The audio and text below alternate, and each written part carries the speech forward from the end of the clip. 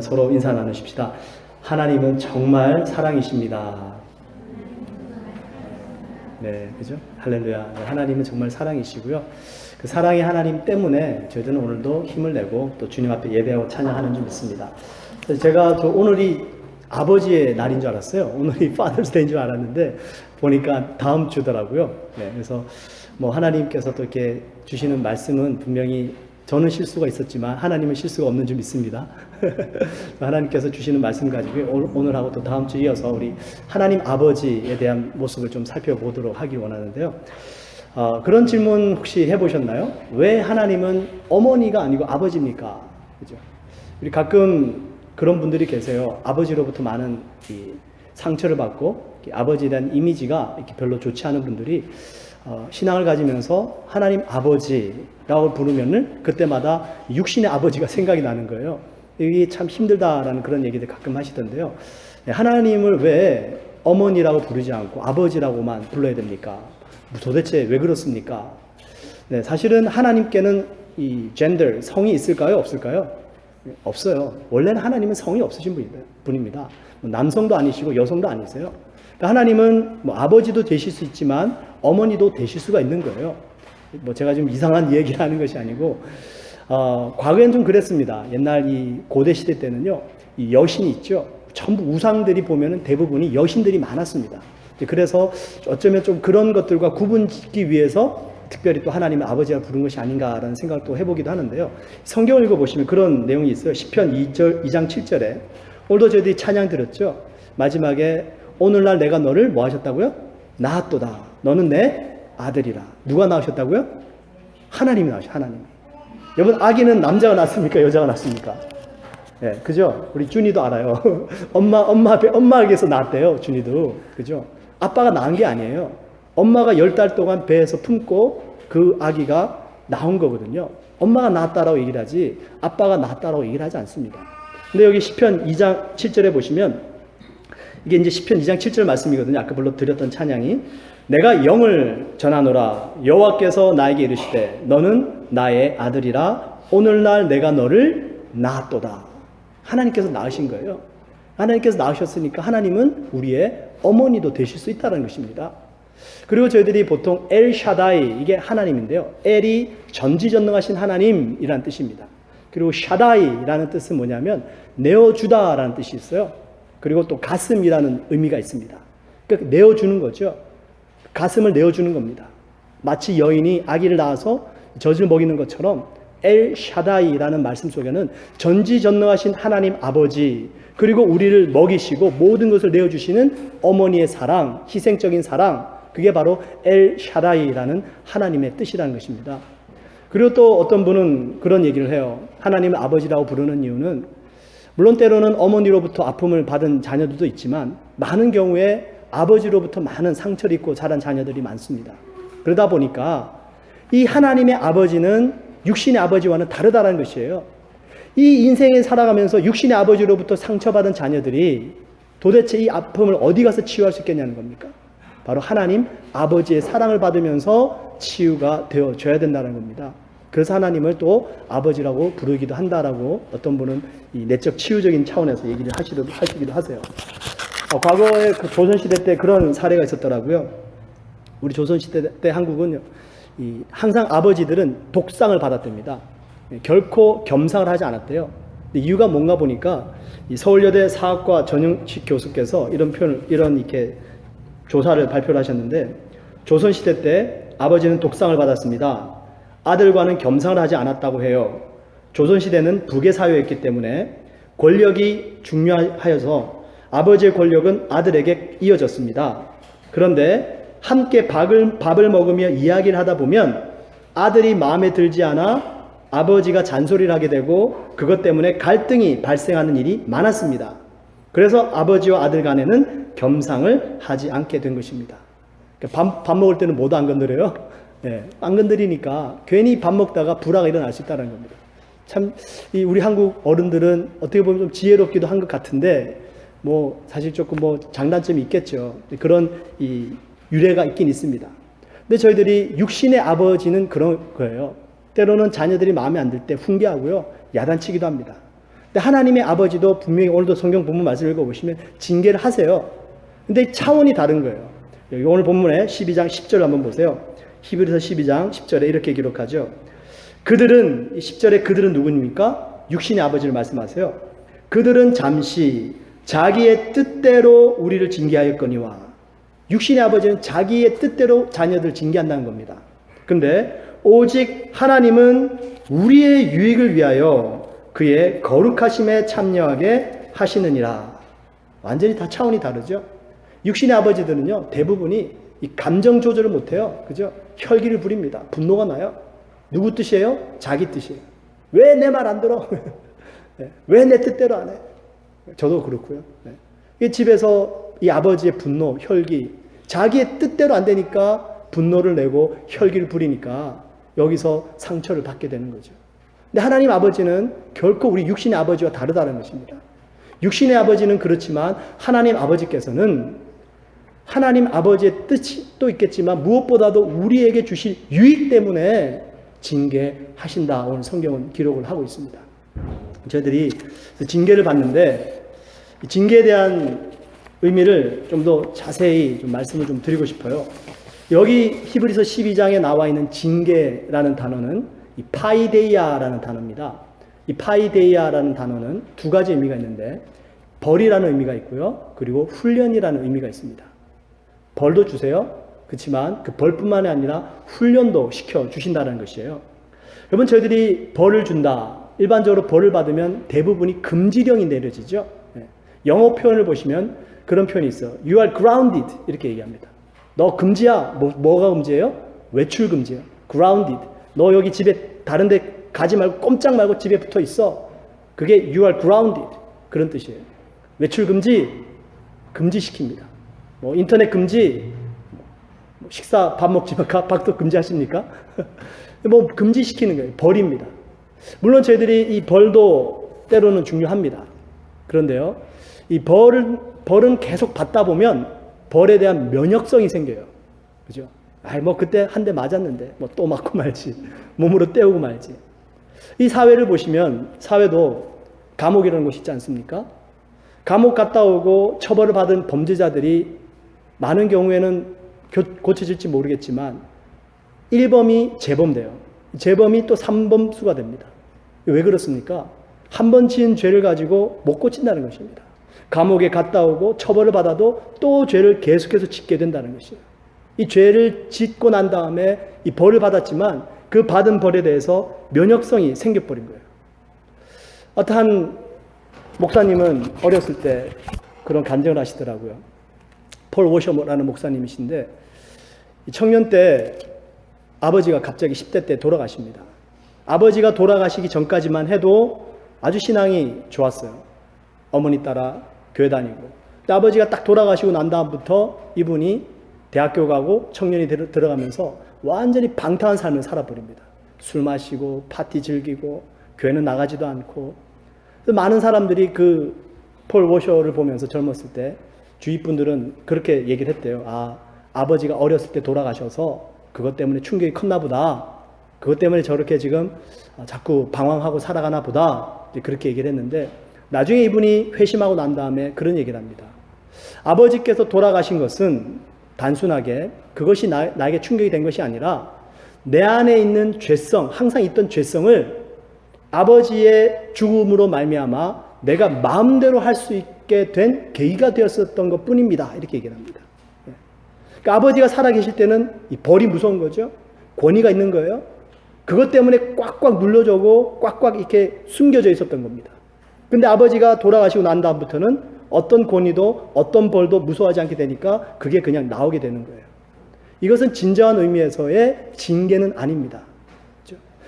벌이 무서워서 조심할 수는 있겠죠. 근데 그 안에서 정말로 사람의 변화가 되는 역사는 일어나지 않다는 것이에요. 늑대를 우리에 가둬놓고 양을 못 먹게 합니다. 늑대를 우리에 가둬둔다고 늑대가 양이 됩니까? 아니에요. 근데 많은 경우에 우리는 무조건 벌을 징계로만 생각을 하는데요. 우리 하나님의 여기서 말씀하고 계시는 벌은, 이 징계는 이 훈련의 의미, 디서플린의 의미가 참 많이 있습니다. 계속해서 우리를 훈련시키고 우리를 계속해서 변화시켜 가신다라는 것이에요. 11절 말씀을 통해서 한번 말씀 계속 드려볼게요. 11절 이렇게 기록합니다. 무릇 징계가 당시에는 즐거워 보이지 않고 슬퍼 보이나 후에 그로 말미암아 연단받은 자들은 의와 평강의 열매를 맺느니라. 징계를 받으면 연단을 받게 되고요. 그 연단을 받은 다음에는 의와 평강의 열매를 맺게 된다 말씀하십니다. 완전 사람이 변화되는 것을 말씀하시죠. 하나님의 징계하시는 방법입니다. 그 하나님의 징계는 우리를 훈련시키는 것인데 그 하나님의 훈련 안에는 오늘 여기 지금 읽었던 11절에서 연단과 그리고 평강, 의와 평강의 열매를 맺게 하신다라는 아주 중요한 이 기본 지침을 가지고 계십니다. 하나님께서 이 연단을 통해서 우리에게 하시고자 하는 일이 뭘까요? 습관을 발견시켜 주는 겁니다. 좋은 습관을 익혀가시는 거예요. 그리고 의와 평강의 열매를 맺게 하신다. 이건 무슨 뜻일까요? 우리로 하여금 그 의라는 것, 평강이라는 것, 의라는 것은 하나님과의 관계거든요. 평강은 내 이웃과의 관계입니다. 그 의와 평강의 관계를 잘 맺어갈 수 있는 성품으로 빚어가신다라는 것을 말씀을 주고 계십니다. 자, 하나님의 징계의 손길, 이 두 가지 오늘 간단하게 한번 살펴볼게요. 자, 하나님께서 우리를 징계하시고 훈련시키실 때에 절대로 그냥 의미 없이, 목적 없이, 이유 없이 하시지 않습니다. 하나님의 제일 중요한 첫 번째 뜻은 뭐냐면 우리로 하여금 연단을 통해서 좋은 습관을 가지게 하신다는 겁니다. 여러분, 습관, 우리 자녀들이 혼낼 때 우리 한국말 표현 속에 야, 너 버릇없이 이게 무슨 짓이야? 라고 얘기를 하죠. 자녀들에게. 버릇이 무슨 뜻입니까? 습관이에요, 습관. 너 이게 엄마 아빠 앞에서 버릇없이 그게 무슨 뜻이야? 무슨 짓이야? 어른 앞에서 버릇없이 어떻게 버릇없이 굴어? 이 버릇이 뭐냐면 습관입니다. 습관을 바로 고치라는 것이죠. 우리 한국말 언어가 참 그래서 의미가 있습니다. 여러분, 이 습관이 잘 길들여지면, 습관이 몸에 배어지면 그 습관 때문에 성공하게 돼요. 김연아 선수라든지 박지성 선수, 그리고 우리 요즘 한참 TV로 잘 나오는 우리 서장훈 선수, 그런 사람들의 라이프 스토리를 들어보면요, 절대로 그냥 되어진 것이 아니에요.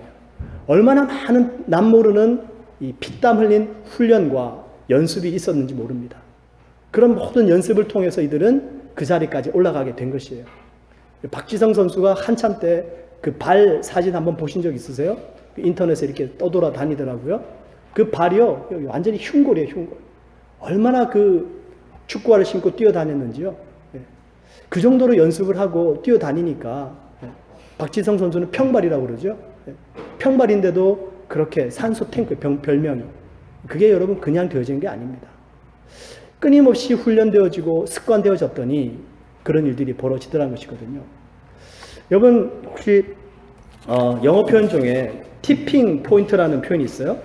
그 티핑 포인트라는 건 뭐냐면요, 어떤 순간에 갑자기 점프하게 되는 순간이 옵니다. 그걸 티핑 포인트다라고 얘기를 하는데요. 언어도 그래요. 영어 공부를 막 열심히 해요. 안 느는 것 같아요. 근데 이제 가끔 보면 그런 분들 갑자기 어느 순간에 막 귀가 들려지고 갑자기 어느 순간에 막 말이 나오고 그렇게 된다는 분들이 계세요. 그게 티핑 포인트라는 것이에요. 아주 한순간에 뭔가 잘 되는 역사예요. 한순간에 뭔가 깨달아지고 터득되는 역사예요. 근데 여러분, 그게 그냥 되어지는 것이 아니고요.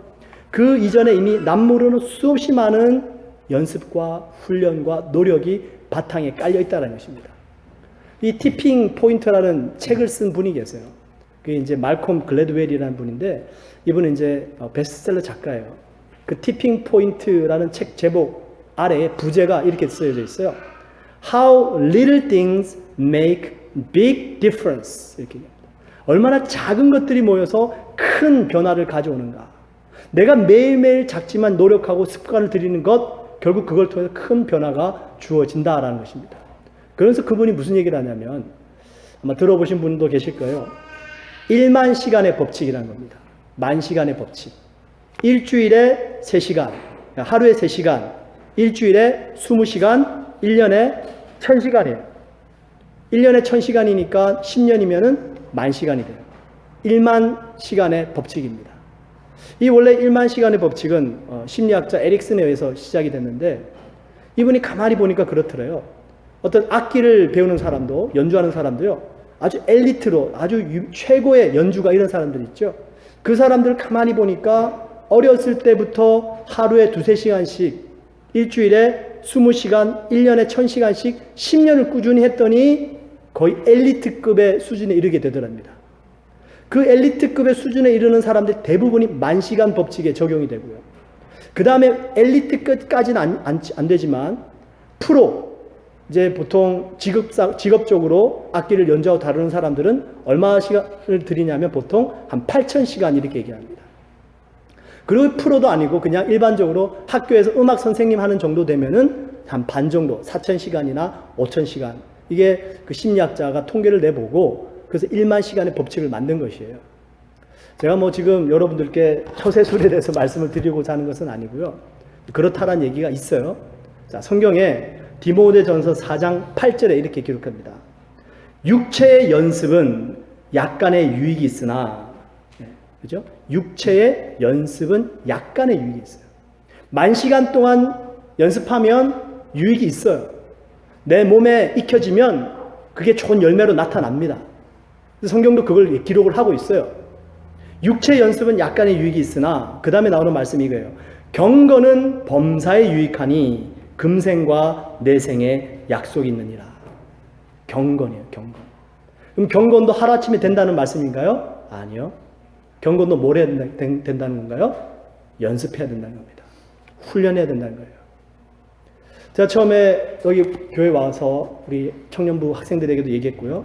저희 자녀들에게도 한참 얘기했었던 적이 있는데, 얘들아, 공부는 머리로 하는 게 아니란다. 그죠? 기억나세요? 우리 학생들? 공부는 뭐로 해요? 예, 할렐루야. 공부는 엉덩이로 하는 거예요. 공부. 네, 그죠? 무슨 말씀인지 아시겠죠? 공부는 머리로 하는 게 아니에요.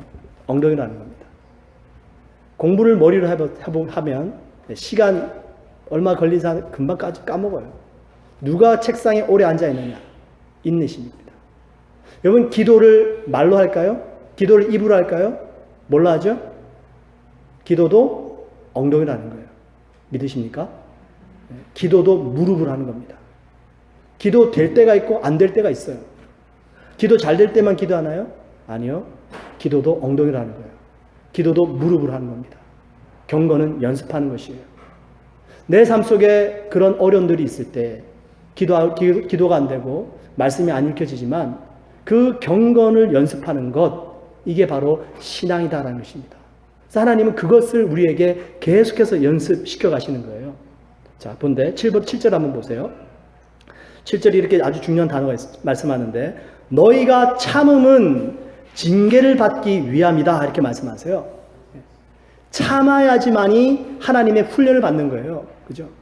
엉덩이로 앉아서 기도해야지, 무릎 꿇고 기도해야지, 정말 여러 가지 유혹이 있지만 말씀을 펴고 읽어야지 훈련이 되어진다는 것입니다.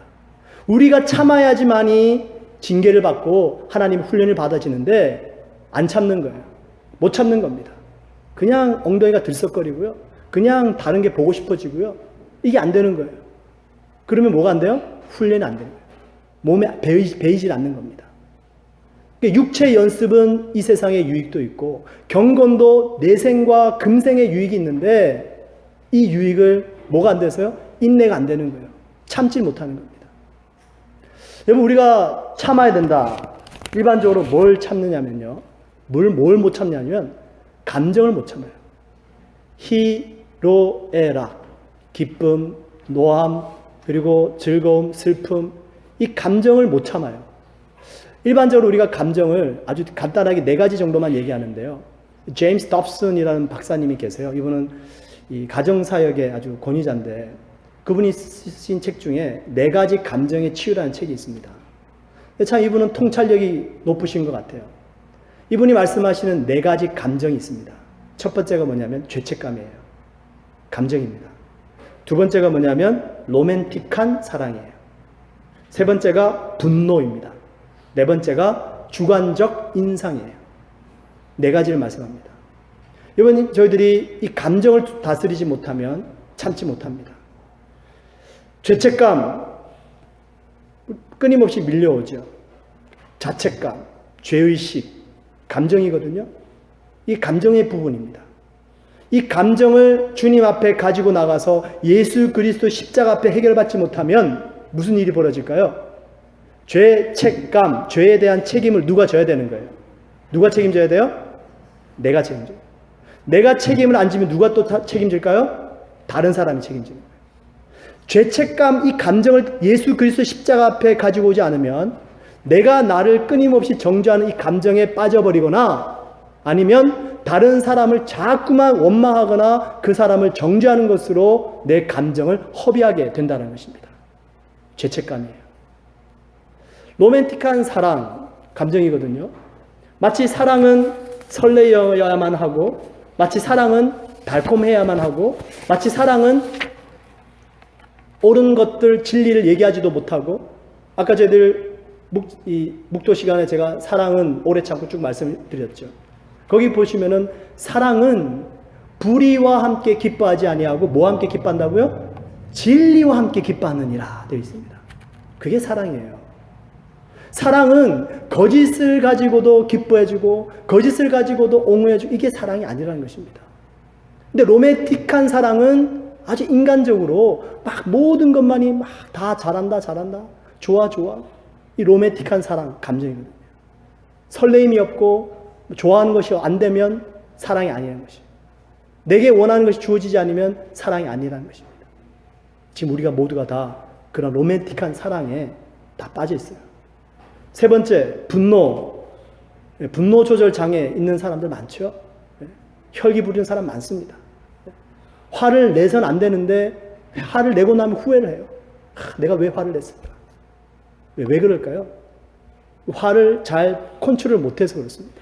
화 내는 것 자체는 잘못된 것이 아니지만 화를 내므로 인해서 얼마나 많은 일들이, 안 좋은 일들이 벌어지는지 모릅니다. 이번 여름 성경학교 때는 주제를 그래서 우리 아이들에게 화가 났을 땐 어떻게 할까요? 그 주제로 한번 여름 성경학교를 준비해 볼까 지금 기도하고 있습니다. 자녀들이 가정에서 이 분노를 표출하는 건강한 방법을 모르는 거죠. 네 번째 마지막으로 주관적 인상, 감정이에요, 여러분. 많은 분들이요, 내가 가지고 있는 주관적인 생각이 옳다라고 믿고 있어요. 감정이에요, 여러분. 하나님의 성경에 나와 있는 진리로 내 감정을 비춰보지 않고 내 주관적인 인상으로 너무 큰 확신에 차 있는 거예요. 내 생각이 옳아. 감정적인 부분입니다. 이 제임스 dobson 박사님이 네 가지를 쭉 얘기를 하십니다. 우리 한 가지 한 가지 한번 다 살펴볼 수 있으면 좋겠지만 한번 다 묶어가지고요, 우리 안에 있는 죄책감, 또 내 안에 있는 분노, 로맨틱한 사랑, 그리고 나 안에 있는 이 주관적인 인상, 이 모든 감정들을 어떻게 하면 해결할 수 있을까요? 오늘 여기 히브리서 12장 본문에 나와 있습니다. 정답이요. 몇 절 말씀 볼까요? 2절만 보시죠. 2절 한번 보십시다. 이렇게 기록합니다. 믿음의 주요 또 온전하게 하시는 이인 예수를 바라보자. 3절 보세요. 너희가 피곤하여 낙심하지 않기 위하여 죄인들이 이같이 자기에게 거역한 일을 참으신 일을 생각하라. 예수님은 얼마나 많은 부당한 대우를 받으셨습니까? 예수님은 얼마나 많이 분노하실 수도 있었고 얼마나 많이 이 모든 감정들을 가지고 마음대로 행하실 수가 있었음에도 불구하고 안 하셨다는 것이죠. 우리가 이 모든 감정 가운데 있을 때에 이것을 이겨내고 해결할 수 있는 유일한 방법은 끊임없이 예수 그리스도를 바라보는 것, 이것밖에 없어요. 하나님께서 우리를 훈련시켜 가시는데요, 무슨 훈련시켜 가시냐면요, 주님을 바라봐라, 내 아들 예수를 바라봐라, 십자가를 바라봐라, 그 연습시키는 겁니다. 내가 잠깐 동안만 한눈만 팔아도 풍랑이 보여지고요, 잠깐 동안만 주님 바라보지 않고 다른 것 바라보면 세상 성공이 눈에 들어오고요, 그것 때문에 넘어지고요. 주님이 우리에게 징계하십니다. 훈련하세요. 뭘 하라고요? 예수님 바라보라. 그걸 연습하라고요. 왜? 우리는 예수님이 바로 우리 눈앞에 있고 십자가가 예수 그리스도의 십자가 예수님이 돌아가신 것이 밝히 보임에도 불구하고 그걸 끊임없이 못 보는 거예요. 보여지는 것을 따라가고 정욕을 따라가고. 사역을 하면서 분에 넘치는 대우도 받았고요, 그리고 참 비인격적인 대우도 받아봤습니다. 인간들 관계 속에서요. 정말 나 같은 사람이 어떻게 이런 대우를 받을 수 있나, 그 정도 아주 귀한 대접도 받아본 적이 있고요. 또 때로는 참, 야, 이건 정말 인격적으로 이렇게까지 할 수 있나 싶을 정도로 비인격적인 대우도 받아본 적이 있습니다. 여러분, 우리가 신앙생활 하면서 다 그런 일들 있으실 겁니다. 뭐 때문에 우리가 하나님을 믿고 신앙생활을 해야 될까요? 아, 참 귀한 대접을 해주니까 보람 있다. 자, 하나님 믿을만 하다. 교회 다닐만 하다. 신앙생활 할만 하다. 그럴까요? 좀 비인격적인 대우를 받고 무시당하고 뭔가 내 마음에 들지 않으면 이것 때문에 힘들어하고 하기 싫다. 내 평이 줘버리자. 그렇게 될까요? 지금 내가 주님을 바라보고 있지 않다는 것이죠. 하나님의 일, 신앙생활, 그건 그렇게 하는 게 아니죠. 주님을 바라보는 겁니다. 한 번은 그런 고민 가운데 있을 때 성경을 읽다가 누가복음 7장 40절을 읽었습니다. 누가복음 7장 사건에 보시면 한 바리새인이 이름은 시몬입니다. 이 바리새인 시몬이 예수님을 자기 집으로 초대를 해요. 그러고 나서는 예수님과 함께 교제를 나누고 있는데 한 여인이 갑자기 이 바리새인 시몬 집에 들어와가지고 예수님을 막 눈물로 씻기는 겁니다. 그리고 머리에 막 감람유를 붓고요. 근데 이 바리새인 시몬은 그 여인이 죄인인 것을 알고 있었습니다. 속으로 생각했어요. 이 예수라는 자가 선지자라면 저 여자가 얼마나 더러운 죄인인지 알 텐데 어떻게 저 더러운 여인이 자기 몸을 손대는 것을 가만히 보고 있을까? 속으로 안 좋은 생각을 품고 가만히 예수님을 시험하고 있었습니다. 예수님께서 그 바리새인 시몬의 마음을 그대로 꿰뚫어 아시고요. 이렇게 말씀하세요. 시몬아, 너는 내가 너희 집에 들어왔을 때 손 씻을 물도 주지 않고 나에게 입 맞추지도 않고 너는 나에게 감람유도 붓지 않았다. 이 여인을 보아라. 저의 많은 사랑이 저의 많은 죄를 씻었느니라. 예수님 그 말씀하십니다. 보세요. 이 바리새인도 예수님 초대했어요. 여러분, 유대인들의 예의 중에 누군가를 초대하면요, 그 사람 들어올 때 입 맞추고요, 그리고 그 사람이 손과 발을 씻을 수 있도록 물을 떠주는 게 가장 기본적인 예의입니다. 근데 이 바리새인 시몬은 예수님을 초대해놓고 그것도 하지 않았어요. 그 짓도 하지 않은 거예요. 예수님 무시한 거죠. 그리고 시험한 겁니다. 예수님도 그런 대우를 받으신 거예요. 그리고 여러분, 예수님께서 이렇게 말씀하십니다. 누가복음 17장에 명한 대로 하였다고 종에게 살해하겠느냐? 이와 같이 너희도 명령받은 것을 다 행한 후에 이르기를 우리는 무익한 종이라 우리의 하여야 할 일을 한 것뿐이라 할지니라. 네. 주인이 종에게 이것저것 심부름 시켰습니다. 그럼 종은 당연히 할 수밖에 없죠. 그럼 주인이 종에게 일 심부름 시키고 이랬다고 살해하겠느냐? 아니라는 것입니다. 그 종은 당연히 해야 될 일을 한 것뿐이니 그대로 끝나라는 것이에요. 무익한 종이라는 것입니다. 이 자세를 품으면 시험 들지 않습니다. 이 자세를 품으면 예수 그리스도 십자가를 끊임없이 바라볼 수가 있는 거예요. 근데 우리는 너무나도 많이 우리의 초점이 예수님에서 벗어나 있습니다. 예수 그리스도의 십자가를 바라보지 못하고요, 자꾸 다른 걸 바라보는 거예요. 우리 주님이 훈련시키시는 거예요. 신앙생활을 통해서. 내 아들 예수를 바라봐라. 시험 들지 마라. 힘들 때마다 예수를 바라봐라. 그를 거역하신 자들을 오래 참으신 믿음의 주요 온전한 주 예수를 바라봐라. 많은 설교자들이 쓰는 예화 중에 이런 예화가 있어요. 레리 넬슨이라는 골퍼입니다. 이 골퍼는 우승은 한 번도 못했는데 나름대로 실력은 있어요. 근데 1983년도 때 한번 이렇게 미국 골프 대회에서 이분이 우승을 하게 되는데요. 뭔가 이렇게 잘 될라 하면은 이게 참 자꾸 꼬여가는 거예요. 잘 안 풀렸습니다. 보통 다른 골퍼가 스윙을 하고 공을 칠 때는 다른 선수들은 이제 그 선수가 어떻게 치는지 바라봐주고 또 다음 자기 자기 순서를 기다려야 되는데 이 레리 넬슨이 한 번은 그 시합에서요, 다른 선수들이 다 치고 있는데 갑자기 16번 홀에서 무릎을 꿇고 기도합니다. 다른 사람들이 막 이렇게 좀 웅성웅성 거렸어요. 그리고 기도하고 나서 일어나서 자기 순서 때에 골프를 공을 치고 결과를 봤는데 그 대회에 1984년 이분이 우승하게 돼요. 그러면서 이분이 아주 유명한 분이 되는데, 그래서 이제 기자들이 물어봤습니다. 넬슨 씨, 당신이 그때 16번 홀에서 무릎을 꿇고 기도를 하시던데 무슨 기도를 하셨습니까? 이 대회에서 우승하게 해달라고 기도하셨습니까? 이분의 대답이 아주 멋있습니다. 아니요, 오히려 반대로 기도했습니다.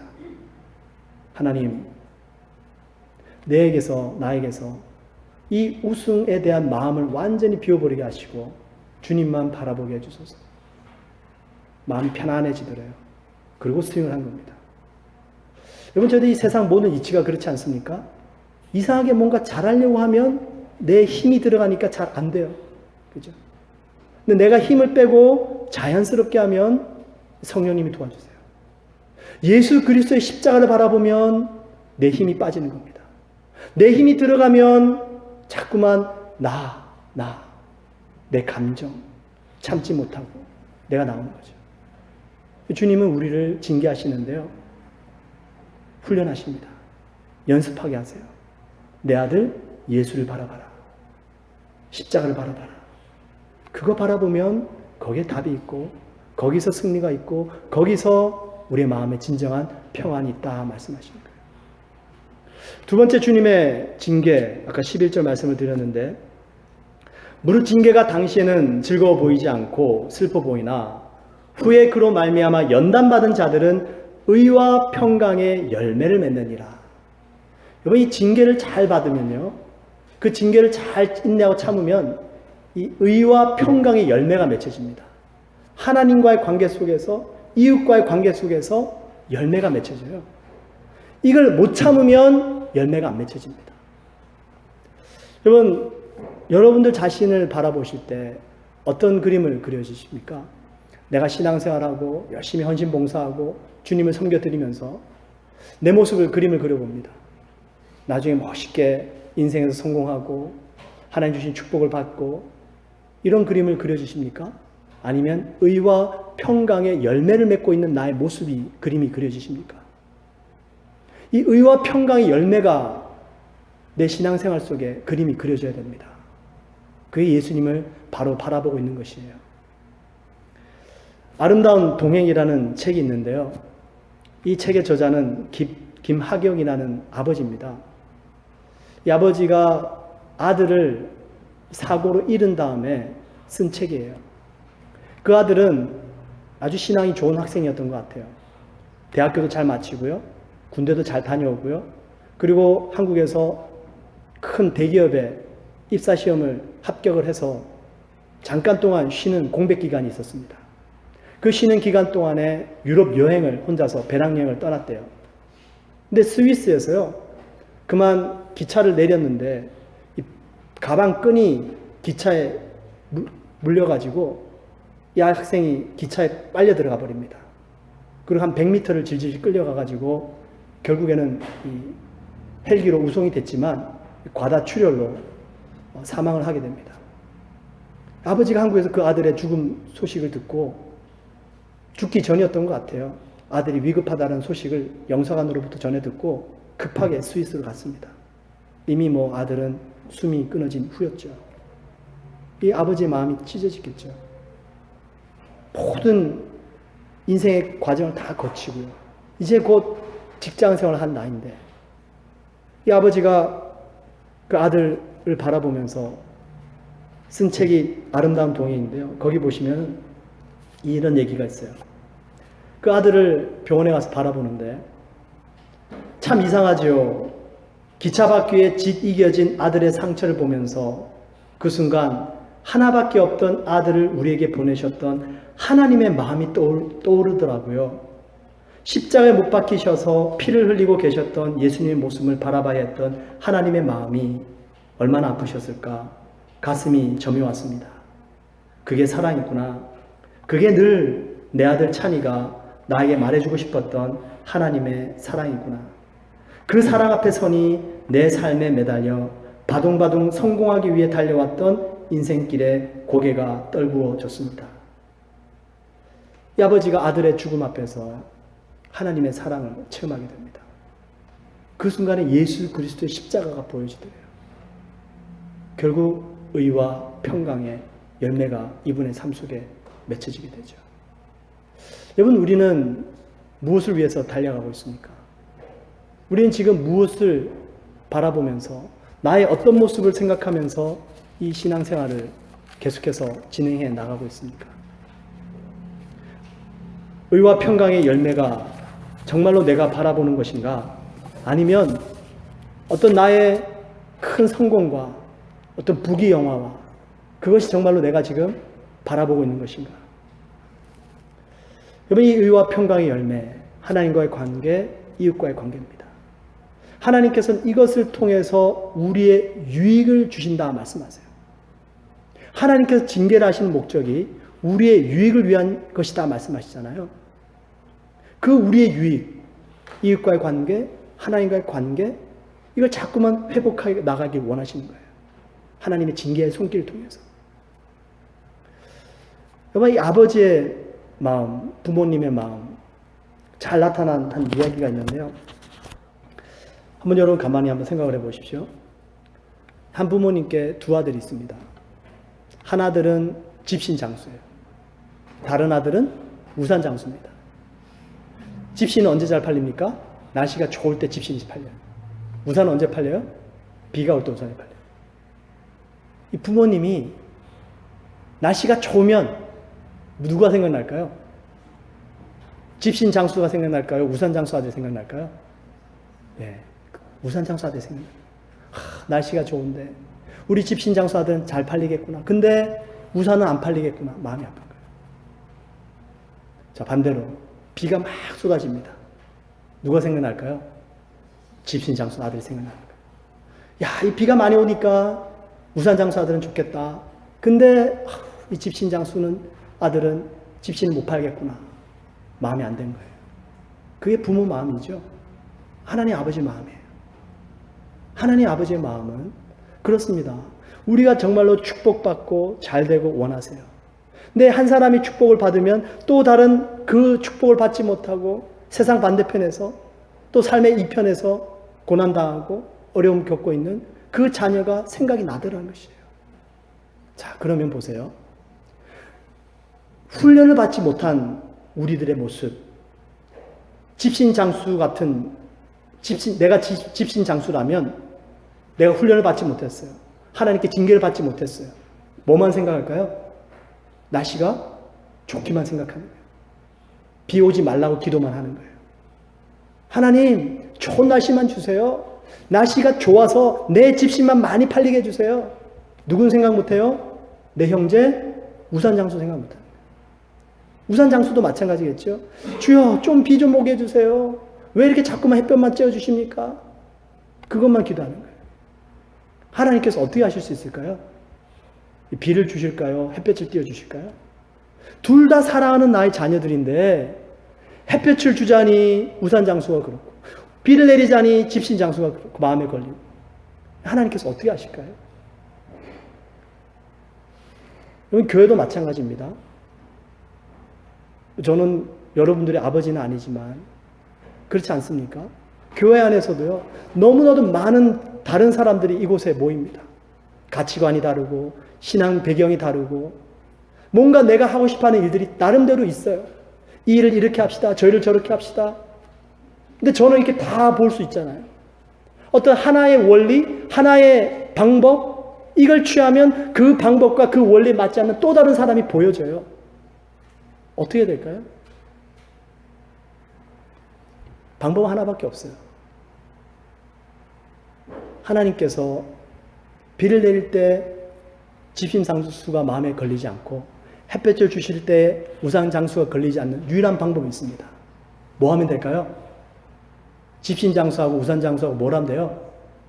동업하면 돼요. 동업. 맞아요? 맞습니까? 네. 그 집신 장수와 우산 장수와 동업하면 자, 비가 와요. 누가 돈 법니까? 둘 다 돈 버는 거예요. 그죠? 날씨가 좋아요. 누가 돈 버는 겁니까? 둘 다 돈 버는 거예요. 시편 133편인데요. 시편 중에 가장 짧은 시편입니다. 가장 짧은 시편이고, 근데 가장 파워풀한 시편이에요. 형제가 연합하여 동거함이 어찌 그리 아름다운고, 미래에 있는 보배로운 기름이 수염, 곧 아롬의 수염에 흘러서 그 옷깃까지 내림 같고, 헐몬의 이슬이 시온의 산들에 내림 같도다. 거기서 여호와께서 복을 명하셨나니 곧 영생이니라. 형제가 연합함이 어찌 그리 아름다운고, 주께서 복을 명하셨나니. 우리 하나님이 원하시는 게 뭘까요? 하나님 아버지의 마음이 뭘까요? 우리 육신의 부모님이 자녀를 바라보면서 원하는 게 뭘까요? 두 자녀가 다 잘 되길 바라겠죠. 우리 하나님께서도 우리 모든 자녀들이 잘 되길 바랄 겁니다. 근데 한 자녀가 잘 되고 다른 자녀가 못 되는 건 주님이 원하시는 마음이 아닙니다. 그것이 다 이루어지기 위해서 해야 되는 우리의 모습이 뭐냐면 바로 연합이라는 것이죠.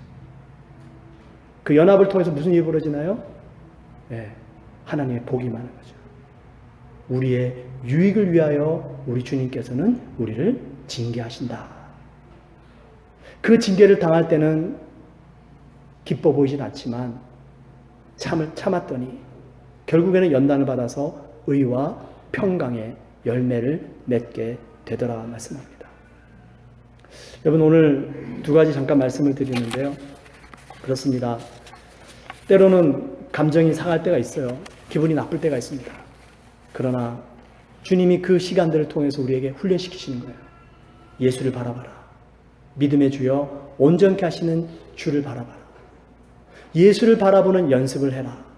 예수를 바라보는 습관만 있다면 모든 환난 속에서 주님께서 건져주실 것이다. 그릇을 넓혀가실 것이다.